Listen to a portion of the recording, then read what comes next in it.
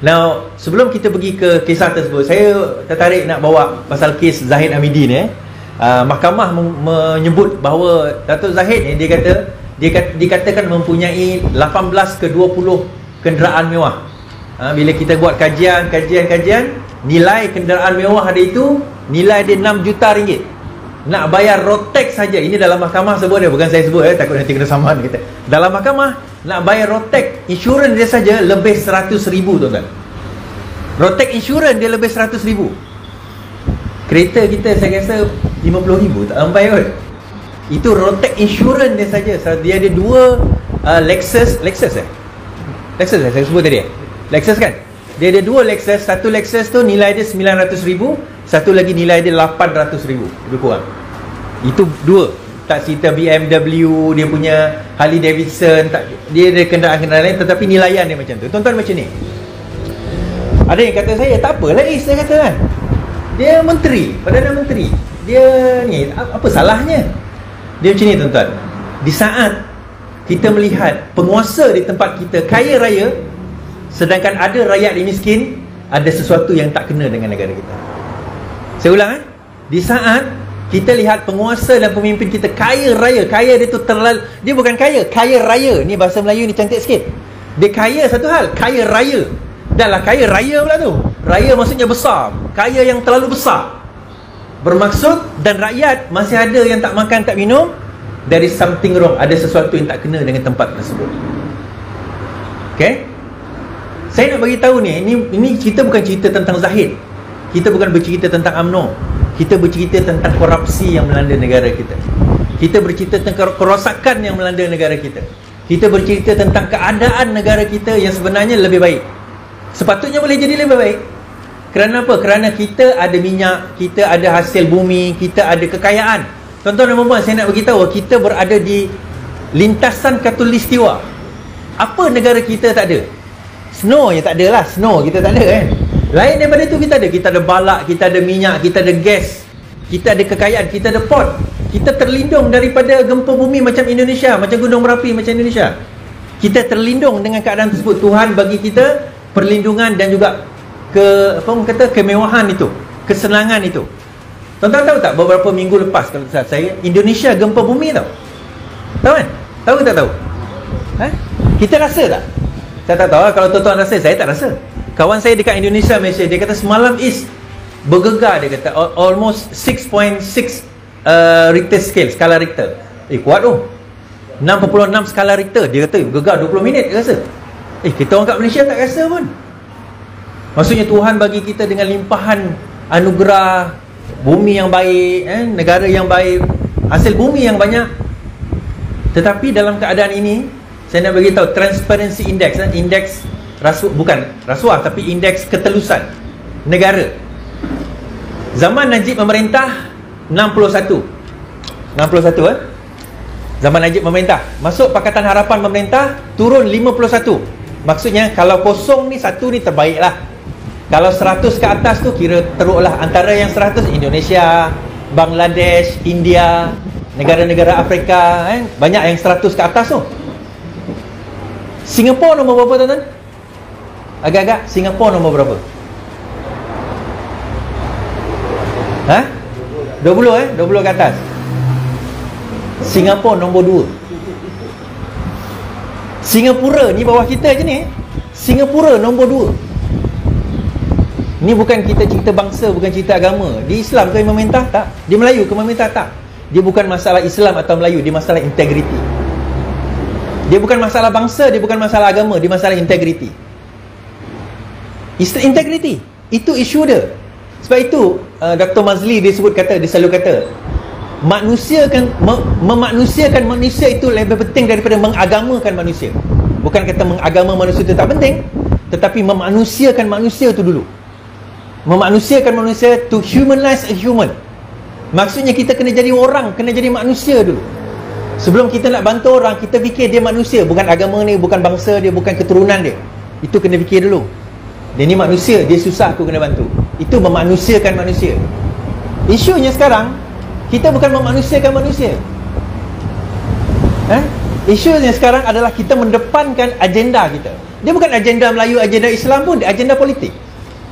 Agenda Melayu, agenda Islam tu, itu benda nak dijual, produk nak dijual.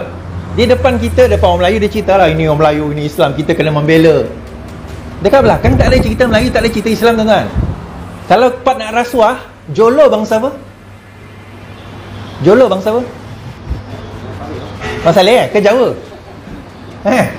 Jolo bangsa apa? Dia bukan Melayu. Tapi macam mana Jolo boleh dapat bilion? Semenang dengan mudah macam tu saja dapat bilion. Okay, itu satu soalan. Okeylah, tak payahlah cerita Jolo. Ini baru-baru ni. Genting Hong Kong.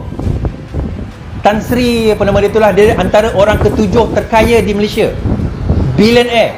Dia dapat pinjaman daripada RHB, daripada CIMB, daripada Maybank dengan nilai 2.5 bilion. 2.5 bilion tanpa cagaran. Abang ada kereta bang? Pinjam bank ada cagaran tak? Ke bank bagi free? Tak bayar pun tak apa? Bank bagi free lah? Tak ada kan? Kalau tak bayar, bank ambil balik tak? Tak ambil. Kalau tak bayar, bank tarik kata kereta. Tarik kan? Ini dia tak tarik bang. 2.5 bilion bagi dekat Genting Hong Kong untuk beli cruise ship buat judi di tengah kapal, di tengah laut. Pinjaman tanpa cagaran. Sekarang ini dah declare bankrupt, diorang dah declare diri diorang bankrupt. Kalau sekiranya tak mampu bayar, bank tu akan hilang 2.5 bilion. Duit KWSP, duit KWAP, duit PNB, duit Khazanah. Biggest shareholder dalam 3 bank ni adalah KWSP, PNB, Khazanah, KWAP. Siapa kerja kerajaan? KWAP lah. Kumpulan wang amanah pencen digunakan untuk melabur dalam bank-bank ini. Semalam Zafrul ditanya, Datuk Seri Anwar tanya Zafrul kan, macam mana dia sebagai Menteri Kewangan mesti ada detail kan. Bentangkanlah siapa luluskan, siapa yang luluskan, siapa yang bagi duit, siapa yang, yalah 2.5 bilion ringgit bukan jumlah yang kecil, mestilah ada siapa yang luluskan. Dia kata apa? Dia jawab, Zafrul jawab, dia kata Anwar sepatutnya jangan berdolak-dalik. Dia dulu Menteri Keuangan. Apa salahnya bank bagi duit pinjaman kepada syarikat judi? Itu bukan isu dia. Kita bukan kata sama ada bank boleh ke tidak bagi pinjaman kepada syarikat judi. Kita tanya macam mana bank boleh bagi pinjaman pada sebuah syarikat sole tanpa cagaran. Siapa ingat MBF, BMF, Bank Bumi Putra dulu? Ingat tak Bank Bumi Putra? Tahun 1980-an. Masa tu dekat Hong Kong dipanggil BMF lah, BMF, Bank Bumi Putra Finance or something like that. Kita tengok dia bagi pinjaman kepada Carrion Group. Ini semua fakta. Bagi pinjaman kepada Carrion Group. Carrion Group dekat Hong Kong tak mampu bayar. Masa tu yang mati siapa? Jalil Ibrahim. Satu accountant dihantar di Hong Kong untuk buat audit, dijumpai mati, kena bunuh. Dan sampai sekarang kes tu tak solve. Ada dokumentari, pergi tengok kat YouTube, cari tajuk dia lebih kurang Accountant Who Knew Too Much, lebih kurang macam itulah. Dia mempersoalkan ke mana duit tu pergi, pinjaman tanpa cagaran itu pergi. Lorraine Osman, ni nama-nama ni, quote, cari nanti. Buat kajian. Tuan-tuan, dia macam ni. Kita kata, alah bilion-bilion ni apa kaitan dengan kita kan? Apa kaitan dengan kita? Tak ada kena-mana. Kita rakyat, aku nak tahu apa aku makan hari ni dan esok. Bila harga barang naik, tuan-tuan, bila harga barang naik, bila kos kita mula meningkat, atas tujuan kenapa dia berlaku? Bila kos meningkat, harga barang naik, hidup kita makin susah. Kerana apa dia berlaku? Kerana apa dia berlaku? Pentadbiran itu.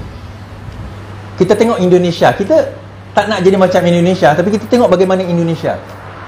Bagaimana Indonesia dahulu koruptor berlaku, korupsi, rasuah berleluasa di Indonesia.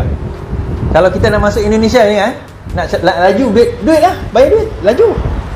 Tapi tengok negara dia bagaimana. Alhamdulillah dia orang dah start, bila Jokowi start take over sekarang ni, perubahan pemerintahan itu ada, dia mula nampak perubahan. Tapi tak cukup lah 10 tahun kan. Tapi tak apa, sekurang-kurangnya ada. Kita daripada 61 indeks kita 100 tadi, paling teruk, 1 paling baik. Turun zaman Pakatan Harapan 51, dah getting better. Sekarang ini baru keluar semalam, indeks 61 balik. Maksudnya makin meningkat. Makin meningkat tu makin teruk ke?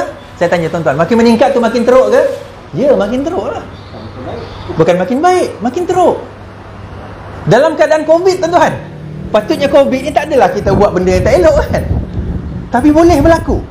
Daripada segi ketelusan negara kita tak telus. Ini bukan Iswardi cakap, ini Transparency Index based on international punya kajian antarabangsa.